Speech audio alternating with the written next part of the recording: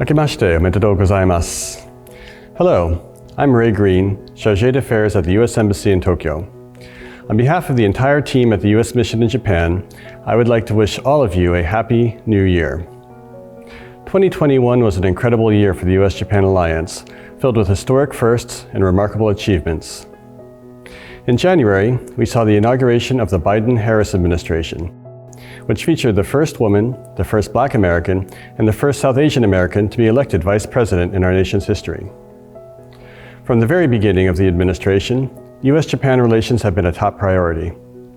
President Biden and Prime Minister Suga spoke shortly after the inauguration and reaffirmed the importance of the U.S.-Japan alliance as the cornerstone of peace, security, and prosperity in the region and beyond.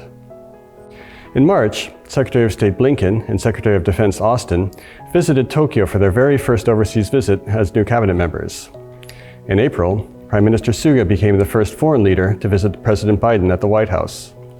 They pledged their commitment to upholding democracy, human rights, the rule of law, multilateralism, and a free and fair economic order. As we moved into the summer, the world's attention turned to the Tokyo 2020 Olympics and Paralympic Games. The American visitors included First Lady Dr. Jill Biden, U.S. Ambassador to the United Nations Linda Thomas-Greenfield, and America's very first Second Gentleman Doug Emhoff, all of whom came away impressed by the skill with which Japan hosted the Games.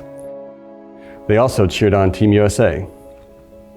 It's wonderful to see the spirited competition at both the Olympics and the Paralympics, including the first ever gold medalist from Okinawa and the first U.S. gold medal in women's surfing, a new sport for the Tokyo 2020 Games.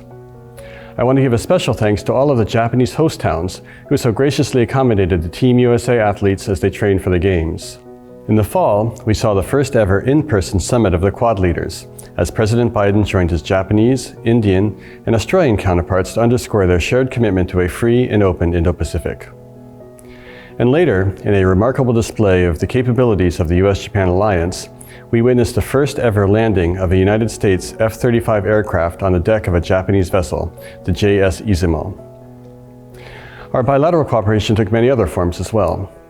Our leaders and officials came together to tackle climate change, reaching a consensus on the Glasgow Climate Pact at the COP26 meeting.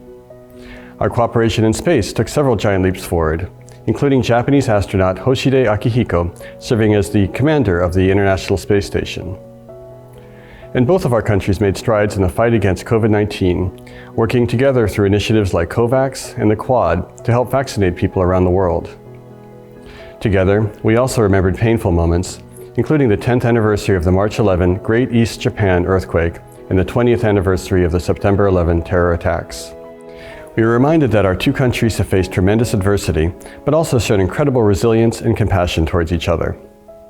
As we look forward to 2022 and the arrival of our new ambassador, Rahm Emanuel, the new year will bring many more opportunities for historic firsts and to further deepen our enduring partnership. 今年もよろしくお願いします。